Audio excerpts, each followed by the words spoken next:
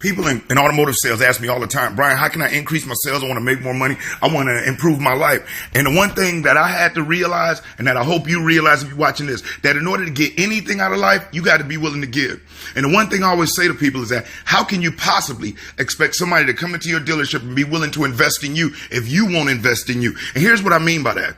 You know, going to YouTube and looking at the free videos, I put a lot of free stuff out myself. And it is to help people kind of wet they whistle. But anybody who really knows how to perform at a high level have next level things.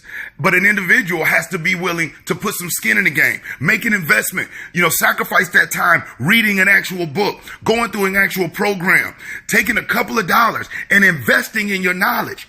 Because the only way we're going to get anything out of life is if we're willing to give.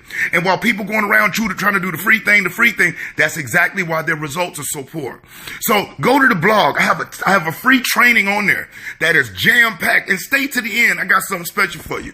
I'm Brian Maxwell. But invest in you so others want to invest in you too. Take it easy, and I'll see you at the dealership.